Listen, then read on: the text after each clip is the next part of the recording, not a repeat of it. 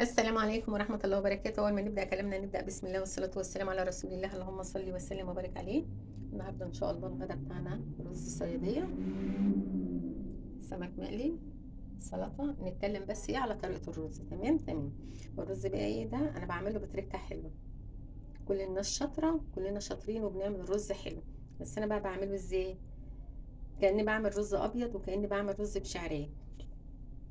بجيب بصلاية كبيرة أو بصلتين، بروح مشوحاها تشويحه، وبروح حاطه لها بعد كده معلقه سكر بكرملها. تمام تمام.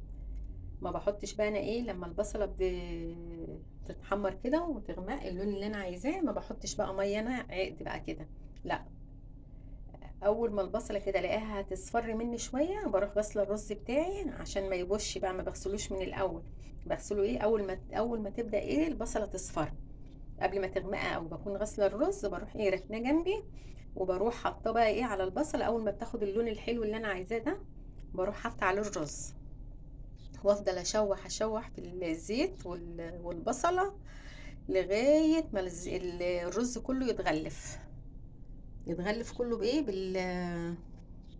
بالزيت اللي هو في البصله المتحمره باللون اللي انا عايزاه ده. انا بحب اللون ده في الرز اللي هو الصياديه. وبروح حاطه حبه الملح وحبه فلفل اسمر وحبه كمون، وادن اشوح فيهم لغايه ما احس ان الرز خلاص بقى يعني كله اتغلف وسخن كده، كانه والله كانه هيستوي. تمام تمام. وبعد كده بروح حاطه كل كوبايه رز عليها كوبايه ميه. عامله كوبايتين رز انا حاطه لهم كوبايتين ميه. ما بحطش العقد بقى في الاول وارجع احط الرز، لا، ما بحط الرز الاول وجربوه بالطريقه دي، وتدنكوا تقلبي فيه تقلبي فيه تقلبي فيه كده لغايه ما تحس ان الرز سخن مع الزيت والبصله، وتروحي حاطه العقد عليه. وبحط والله ميه من الحنفيه وبيطلع بالفلفله دي وباللون الجميل ده. ادي التركه بتاعت الرز بتاعتي.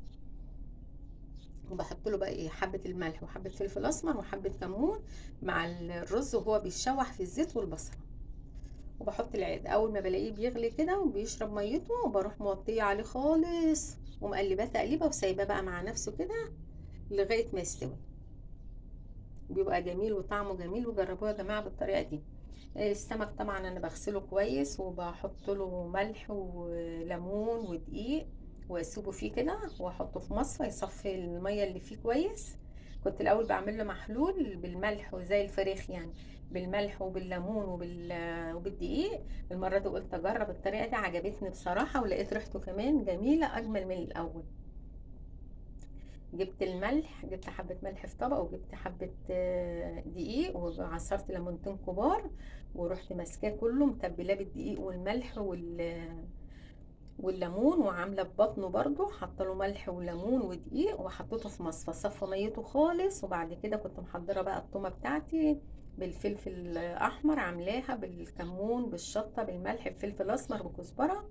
واما صفى ميته خالص اللي هي في المصفى بالدقيق والملح، رحت بقى غسلاه تاني شطفه كويسه.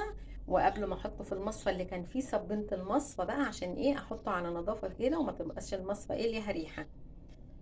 تمام تمام. وغسلته غسله حلوه تحت الحنفيه، ورحت حاطاه في المصفى، ورحت متوماه. وبعد كده رحت حطاه في صينيه، وحاطه له بقى الخل قبل ما اجي اقلب شويه. ما حطيتش الخل عشان الخل بيهري الحاجه وبيطريها. انا حطيت الخل بقى ساعه القليه. ساعه القليه بيديلها قرمشه، انما لو اتحطت قبليها بساعه ولا بساعتين في السمك بتطريه، تخلي لحمه طري. انا مش عايزه يبقى كده، عايزاه يبقى حلو. قبل ما باجي اقلي يا دوبك وانا بحط الزيت عشان يتقدح بتاع القليه، بروح حاطه بقى الخل في الصينيه.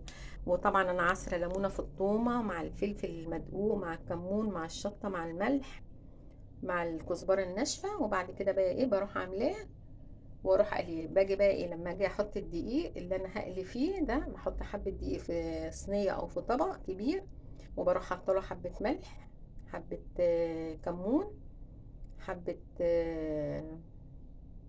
كركم اللي مديله اللون الجميل ده. وبروح مقلباهم مع بعض، ببهر الدقيق بتاعي برضو، والزيت بيسخن وبروح قليه. وما بحط الزيت الا لما تيجي تقلي السمك، وبكتري في الزيت شويه عشان هي اللي بتديله القرمشه. زيت قليل بيخليه احمر بس بيطريه. تمام تمام. وبألف هنا وشفا يا رب للي هياكل، واترككم في رعاية